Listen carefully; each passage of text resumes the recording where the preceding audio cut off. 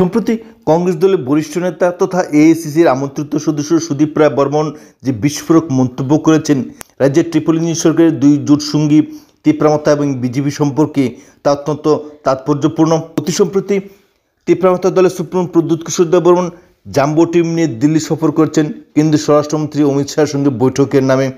এবং এই বৈঠক যে শুধুমাত্র রাজনৈতিক বৈঠক তা নয়, এই বৈঠকের পেছনে রয়েছে অন্য নাটক, তেমনটাই অভিযোগ করেছেন কংগ্রেস দলের বিধায়ক তথা হেভিওয়েট নেতা সুদীপ রায় বর্মন। তিনি স্পষ্টভাবে দাবি করেছেন যে বিজেপি দলের ষড়যন্ত্রে সলতে পাকাচ্ছেন প্রদ্যুৎ কিশোর দেব বর্মন, অর্থাৎ বিজেপি দলকে খণ্ড বিখণ্ড করা এবং বর্তমান মুখ্যমন্ত্রীর সঙ্গে প্রাক্তন মুখ্যমন্ত্রীর বিরোধ সৃষ্টি করাই প্রদ্যুৎ কিশোর দেব বর্মনের অন্যতম লক্ষ্য। এবং এই লক্ষ্য পূরণের জন্যই তিনি সপ্তাহকালব্যাপী দিল্লিতে অবস্থান করে রাজনৈতিক সলতে পাকাতে শুরু করে দিয়েছেন। এই বক্তব্য থেকে সারা রাজ্যে ব্যাপক ভূমিকম্প সৃষ্টি হচ্ছে। সুদীপ রায় বর্মনের এই বক্তব্যকে কেন্দ্র করে সারা রাজ্যেই বিজেপি এবং তীব্রমতা কর্মীদের মধ্যে ব্যাপক ভূমিকম্প সৃষ্টি হয়েছে এবং প্রত্যেকে এই বিষয়টার নিয়ে গভীরভাবে চিন্তাভাবনা শুরু করে দিয়েছেন।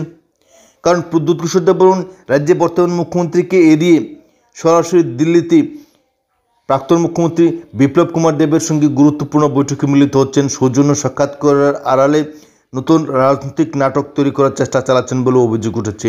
কংগ্রেস বিধায়ক সুদীপ রায় বর্মন এই বিষয়ে সরাসরি সার্জিক্যাল স্ট্রাইক এনে বলেছেন যে বিজেপি দলকে খণ্ড বিখণ্ড করার ষড়যন্ত্রে লিপ্ত রয়েছেন জোট সঙ্গী তীব্রামতা দলের অন্যতম কর্ণধার তথা প্রদ্যুৎ কিশোর দেব বর্মন। বক্তব্যের গভীরতা কতখানি তা ইতিমধ্যেই বিজেপি দলের হাই প্রোফাইল নেতৃত্বরা উপলব্ধি করতে পারছেন।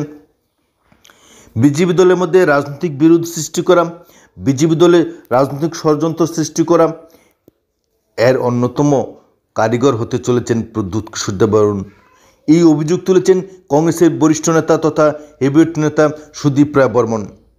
সুদীপ রায় বর্মনের এই বক্তব্য যদি সত্য হয় তবে নিশ্চিতভাবে একথাই বলতে হয় যে 2028 বিধানসভা নির্বাচনের পূর্বেই এ রাজ্যে আরও একবার রাজনৈতিক পালাবদল ঘটতে পারে।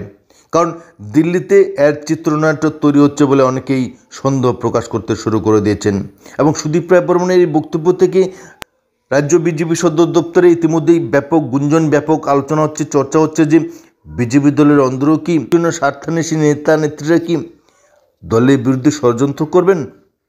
2028 বিধানসভা নির্বাচনে দলকে খাদের কিনারা ঠেলে দিয়ে আবারও এর যে বছরের জগদ্দল পাথর কমিউনিস্ট সরকারকে প্রতিষ্ঠার ক্ষেত্রে সহযোগিতা করবেন। বিজেপি আইপিএফটি জোট যদি ক্ষমতায় আসতে ব্যর্থ হয় তবে নিশ্চিতভাবে পেছনের দরজা দিয়ে সিপিএমকে ক্ষমতায় প্রতিষ্ঠিত করার লক্ষ্যেই নাকি দিল্লিতে এই রাজনৈতিক ছক। বিজেপি দলের ষড়যন্ত্রে সলতে পাকাচ্ছেন প্রদ্যুৎ কিশোর দেব বর্মন।